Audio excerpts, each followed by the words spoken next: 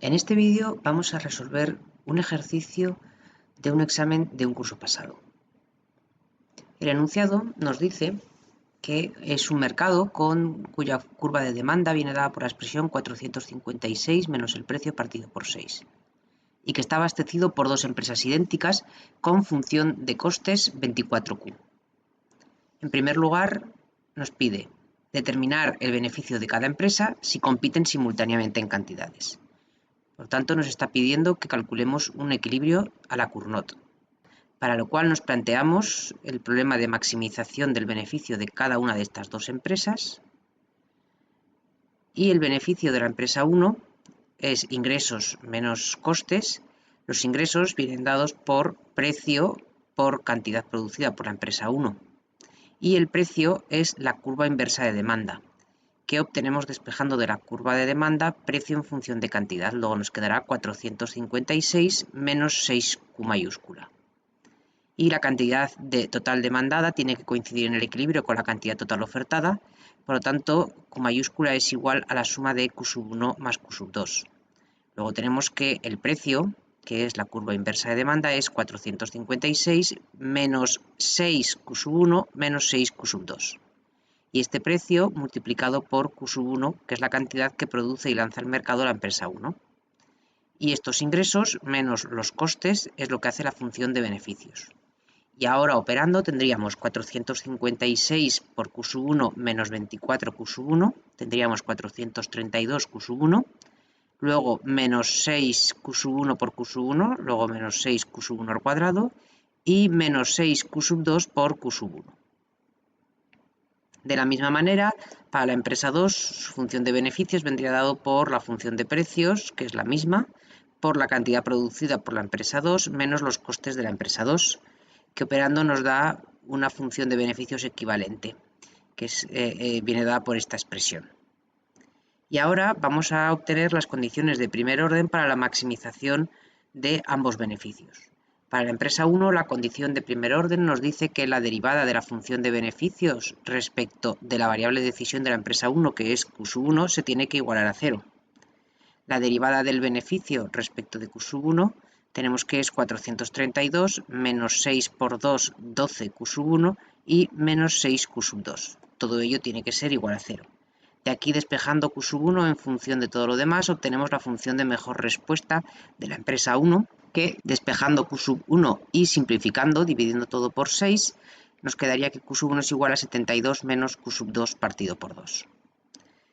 Y de manera equivalente para la empresa 2, la condición de primer orden nos dice que la derivada de la función objetivo de la función de beneficios de la empresa 2 respecto de la variable de decisión, que es Q2, tiene que igualarse a 0. La derivada de la función de beneficios de la empresa 2 respecto de Q2 tendremos que es 432 menos 6 Q1 menos 6 por 2, 12 Q2. Y ello tiene que ser igual a 0. Y de aquí obtenemos la función de mejor respuesta de la empresa 2, que nos da una expresión simétrica a la de la empresa 1, ya que tienen ambas los mismos costes. Ahora, para resolver lo que en definitiva es un sistema de dos ecuaciones con dos incógnitas, sustituimos una de las funciones de mejor respuesta, por ejemplo, la función de mejor respuesta de la empresa 2 la sustituimos en la función de mejor respuesta de la empresa 1. Entonces, la función de mejor respuesta de la empresa 1 es Q1 es igual a 72 menos Q2. Y este Q2 lo reemplazamos por la expresión de la función de mejor respuesta de la empresa 2. Y todo ello dividido por 2. Ahora lo que hacemos es ponemos en el numerador el denominador 2 común, para lo cual 72 lo multiplicamos por 2, 144. Tendremos en el numerador 144 menos 72 y menos por menos más Q1. Y tenemos aquí el denominador 2 que multiplica este otro denominador, luego nos quedará el denominador 4, que pasamos al lado izquierdo multiplicando y nos quedará 4Q1 es igual a 144 menos 72, que es 72, y más Q1. Este Q1 lo pasamos ahora al lado izquierdo restando y nos quedará 3Q1 igual a 72, y de aquí ya despejamos Q1 y nos dice que la cantidad que en el equilibrio de Cournot la empresa 1 tiene que lanzar para maximizar su beneficio, dado el comportamiento de la otra empresa, es 72 partido por 3, que son 24 unidades físicas del bien. Puesto que las empresas tienen los mismos costes, La solución es simétrica. De aquí podríamos deducir que directamente Q sub 2 tiene que ser en el equilibrio de Cournot también 24. Sin embargo, también podemos comprobarlo numéricamente sustituyendo en la función de mejor respuesta de la empresa 2 cuánto es la cantidad óptima que tiene que producir la empresa 2 dado el comportamiento de la empresa 1. Entonces tendríamos 72 menos Q sub 1, que es 24, y dividido por 2 obtenemos también 24 unidades físicas del bien. Y ahora la cantidad total que lanzan las dos empresas al mercado es la suma de ambas cantidades, que es 48 unidades físicas del bien. Y a partir de aquí obtenemos el precio a través de la curva inversa de demanda, que el precio hemos dicho que iba a ser 456 menos 6 por cantidad total lanzada al mercado. Tendremos 456 menos 6 por 48, que es 288.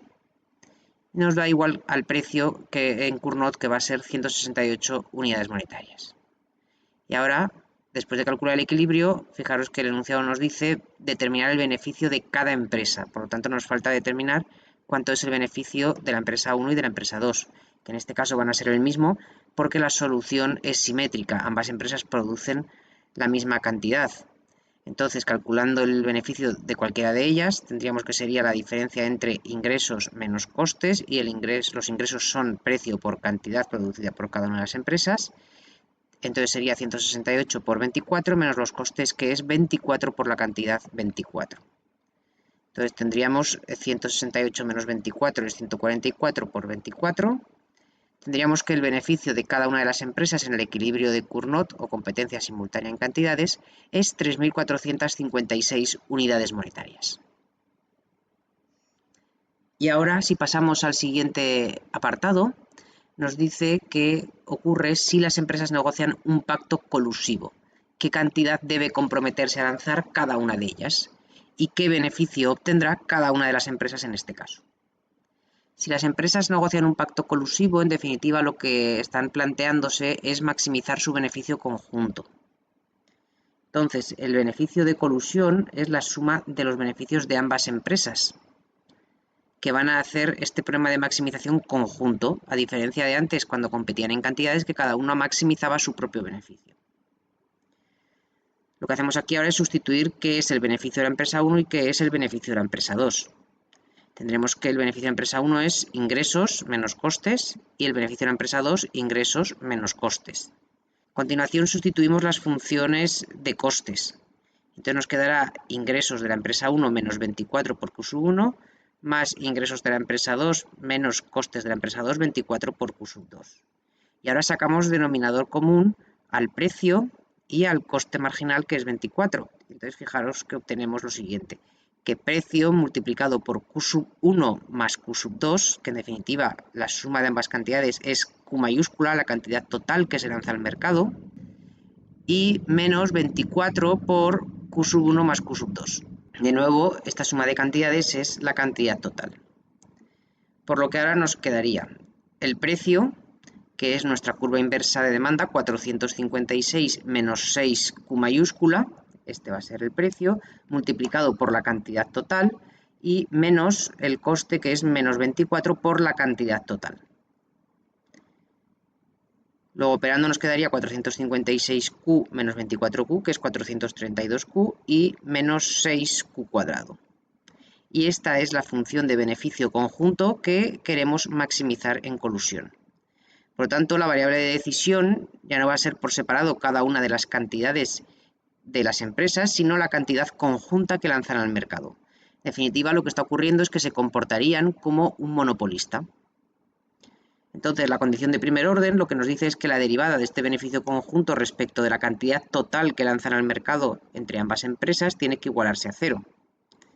Entonces, la derivada va a ser 432 menos 6 por 2, 12Q, tiene que ser igual a 0, y despejando de aquí la cantidad, obtenemos que la cantidad total que tienen que lanzar ambas empresas en colusión es 432 entre 12, luego 36 unidades. Esto lleva a que el pacto colusivo sea que cada una de las empresas tiene que ofrecer 18 unidades para que la suma de ambas, el total lanzado al mercado, sea 36 unidades. ¿Cuál sería el precio en el caso de que las empresas coludieran? Pues lo tendríamos a partir de la curva inversa de demanda, Tendríamos que restar 456 menos 6 por la cantidad de equilibrio de colusión, que sería 36 unidades, y operando tendríamos que el nuevo precio sería 240 unidades monetarias. Y ahora vamos a calcular cuál sería el beneficio de cada una de las empresas que están coludiendo. Sería precios por cantidades, que son los ingresos, pero en este caso por cantidad de cada una de las empresas, para calcular el beneficio individual de cada empresa, y menos los costes de cada una de las empresas. De nuevo, como cada una de las dos empresas produce la misma cantidad, el beneficio de ambas va a ser el mismo, es un equilibrio simétrico. Y tendríamos el precio 240 por la cantidad que produce cualquiera de las dos empresas, 18 unidades, menos el coste 24 por 18 unidades. De tal forma que obtenemos que el beneficio que obtiene cada una de las empresas si colude es 3.888 unidades monetarias. Observamos, por tanto, que cuando las empresas deciden negociar un pacto que sea beneficioso para ellas, lo que va a ocurrir es que disminuirá la cantidad total que se lanza al mercado, que antes era 48 unidades, ahora es 36 unidades. El precio aumenta, 168 aumenta a 240, y el beneficio de cada empresa también aumenta al pasar de 3.456 unidades a 3.888 unidades monetarias. Por lo que en este caso quienes se ven más perjudicados son los consumidores y los empresarios serían los más beneficiados. Ahora bien, en el siguiente apartado nos dice, si este juego, es decir, en definitiva, el pacto de colusión no es un juego repetido, sino que se produce en un único periodo y no existen medidas coercitivas que fuercen a cumplirlo, la pregunta es, ¿el pacto de colusión será un equilibrio de Nash? Y en segundo lugar, si la empresa 2 cumple con el pacto, ¿cuál sería el comportamiento óptimo de la empresa 1? ¿Cuál sería realmente su mejor respuesta? Bien, si la empresa 2 cumple el pacto, tenemos que preguntarnos si la empresa 1 tiene incentivos a cumplirlo, si no existen esas medidas coercitivas. Entonces, vamos a preguntarnos, por ejemplo, qué ocurre si decide desviarse del pacto. Recordad que el pacto era que cada una tenía que producir 18 unidades físicas del bien, y la empresa 1 decide desviarse y producir una unidad más. ¿Qué es lo que ocurriría? Pues en este caso lo que ocurriría es que como la empresa 2 cumple, lanza 18, la empresa 1 no cumple, lanza 19, la cantidad total lanzada al mercado entre ambas sería 37 unidades físicas del bien. Por lo que el precio ya no sería el de colusión que habíamos obtenido, sino que va a cambiar ligeramente. Ahora el precio va a ser 234 unidades monetarias, va a descender ligeramente frente a las 240 unidades monetarias que habíamos obtenido antes. Vamos a ver cuál sería entonces el beneficio que obtendría la empresa 1 si se desvía en una unidad del pacto y lanza una unidad más de lo que tenían pactado. El beneficio es ingresos menos costes. En este caso, el ingreso de la empresa 1 será el nuevo precio, 234, por la cantidad que lanza ahora, que son 19 unidades, menos los costes de producir esas 19 unidades, luego menos 24 por 19.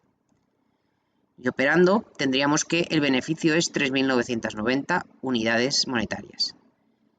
Si lo comparamos con el beneficio que obtenía la empresa 1, si ambas cumplían el pacto, que era 3.888 unidades monetarias, observamos que la empresa 1 obtiene un beneficio mayor. Por lo tanto, la empresa 1 tiene incentivos a desviarse del pacto colusivo. Pero una vez que hemos comprobado que esto ya no puede ser un equilibrio de Nash, porque dado el comportamiento de la empresa 2, la mejor respuesta de la empresa 1 no es 18, sino que va a ser otra cantidad distinta.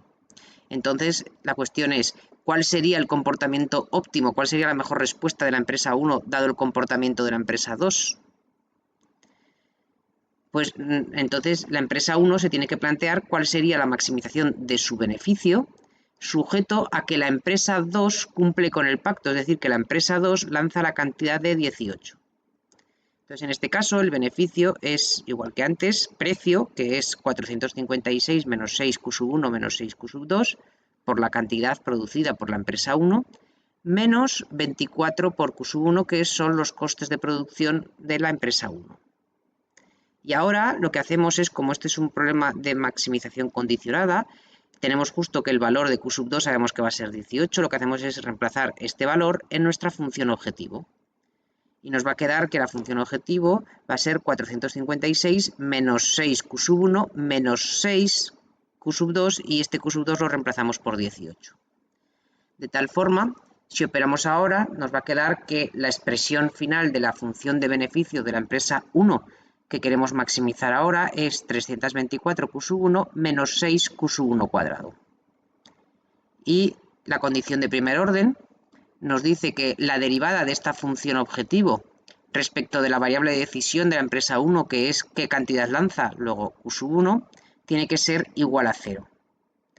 La derivada de la función de beneficio respecto de Q1 va a ser 324 menos 6 por 2, 12 Q1, y tiene que ser igual a 0. Y de aquí, despejando Q1, obtenemos que la cantidad que la empresa 1 tiene que lanzar si se desvía para maximizar su beneficio, dado el comportamiento de la empresa 2, es 324 dividido por 6, que son 27 unidades físicas del bien.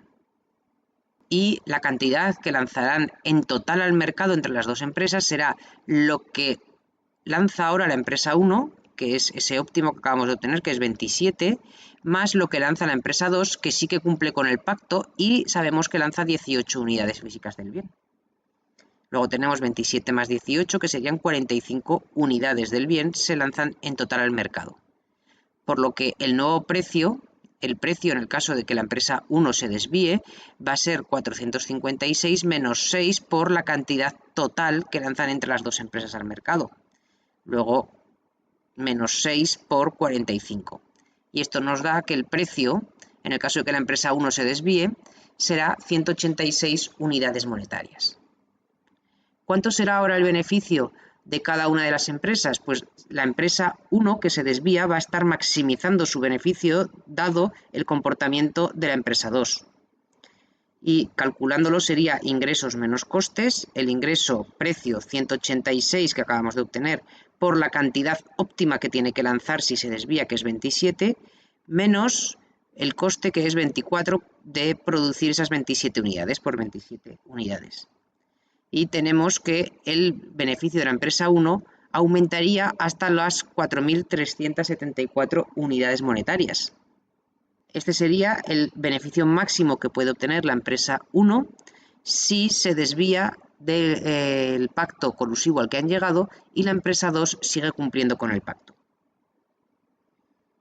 ¿Cuánto sería el beneficio de la empresa 2 que sí que cumple con el pacto?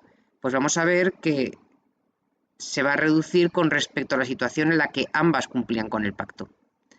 Y tenemos que este beneficio será de 2.916 unidades monetarias.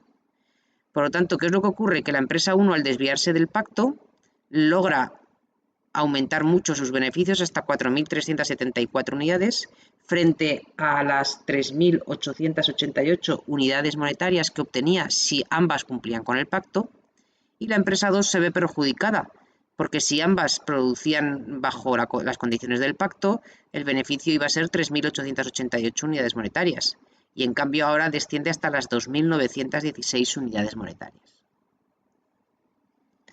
Claro, esto es factible si ocurre en un único periodo y el juego no es repetido, que la empresa 1 tiene claros incentivos a desviarse del comportamiento de cumplir el pacto colusivo.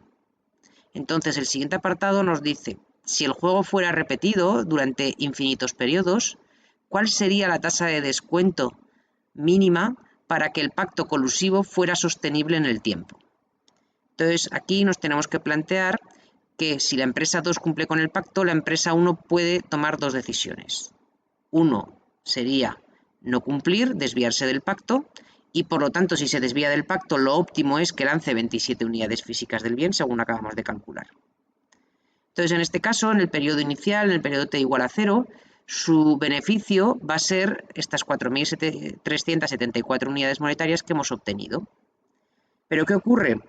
Que en el siguiente periodo, la empresa 2 ha visto que cumpliendo el pacto, sus beneficios han sido muchísimo menos que los que esperaba obtener si las dos hubieran cumplido con el pacto. Ha pasado a tener 2.916 unidades monetarias frente a las 3.888 si ambas hubieran cumplido. Entonces, la empresa 2 dice, pues yo tampoco cumplo con el pacto. Y en el siguiente periodo reacciona. Y entonces las empresas vuelven a competir. Y en este caso, las empresas están compitiendo en cantidades, por lo que en el periodo T igual a 1 y siguientes, las empresas van a estar ya compitiendo siempre en cantidades. Y entonces el beneficio que va a obtener la empresa 1, si compiten ambas en cantidades, hemos obtenido en el primer apartado, en el equilibrio de Cournot, que el beneficio sería 3.456 unidades monetarias. Tenemos pues aquí que observar que cuando veíamos el pacto colusivo en el caso de competencia en precios en Bertrand, aquí los beneficios en los periodos siguientes de la empresa eran cero, porque se volvía a una competencia completamente en precios y lo que ocurría es que se alcanzaba que el precio era igual al coste marginal y el beneficio, por lo tanto, de cada empresa pasaba a ser cero. En este caso, las empresas, cuando ya no están bajo colusión, lo que hacen es competir en cantidades, por lo que sí que obtienen un beneficio positivo porque no dejan de ser un duopolio a la Cournot. Entonces, tenemos que calcular cuál va a ser la corriente de beneficios en valor actual, la corriente de beneficios si la empresa 1 decide no cumplir. Pues va a ser, en el primer periodo, va a obtener 4.374 unidades monetarias. En el siguiente periodo va a obtener 3.456 unidades monetarias, que es el beneficio del equilibrio de Cournot para la empresa 1. Pero, claro, las unidades monetarias del periodo 1 no son iguales que las unidades monetarias del periodo 0. Tenemos que multiplicar estas unidades monetarias por la tasa delta, tasa de descuento. Y en el periodo T igual a 2, pues tendremos que el beneficio volverá a ser 3.456 porque las empresas siguen compitiendo en cantidades y multiplicado por la tasa de descuento, pero en este caso va a haber pasado un periodo más elevado al cuadrado. Y así sucesivamente hasta el periodo N, que tendremos que el beneficio en valor actual será 3.456 por la tasa de descuento elevado a N.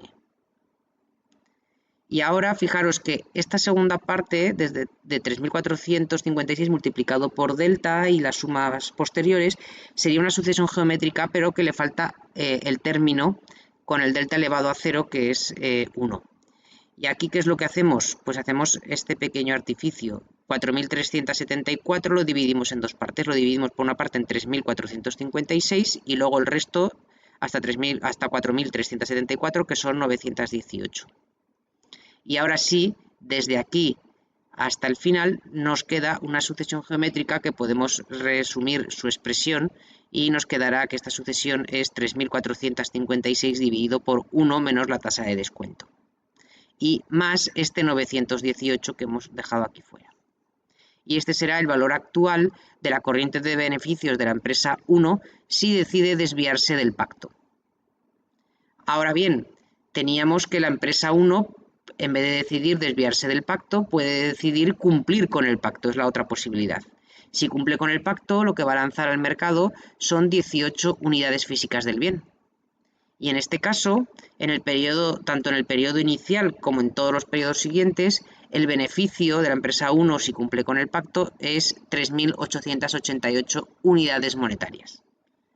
Entonces, la corriente de beneficios en valor actual va a ser 3.888 en el primer periodo, más 3.888 multiplicado por delta, por la tasa de descuento, para ponerlo en valor actual del primer periodo, y así sucesivamente en cada uno de los periodos hasta el periodo N.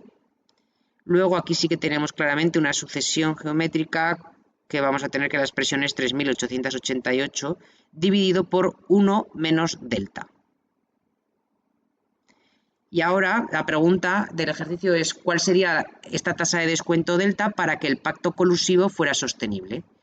El pacto es sostenible si el valor actual de la corriente de beneficios de cumplir para la empresa 1 es mayor o igual que el valor actual de la corriente de beneficios si decide no cumplir y desviarse del pacto. La corriente de beneficios en valor actual de cumplir hemos obtenido que era 3.888 dividido por 1 menos delta. Tiene que ser mayor, vamos a ponerlo estrictamente mayor para simplificar luego, para resolver luego más fácilmente.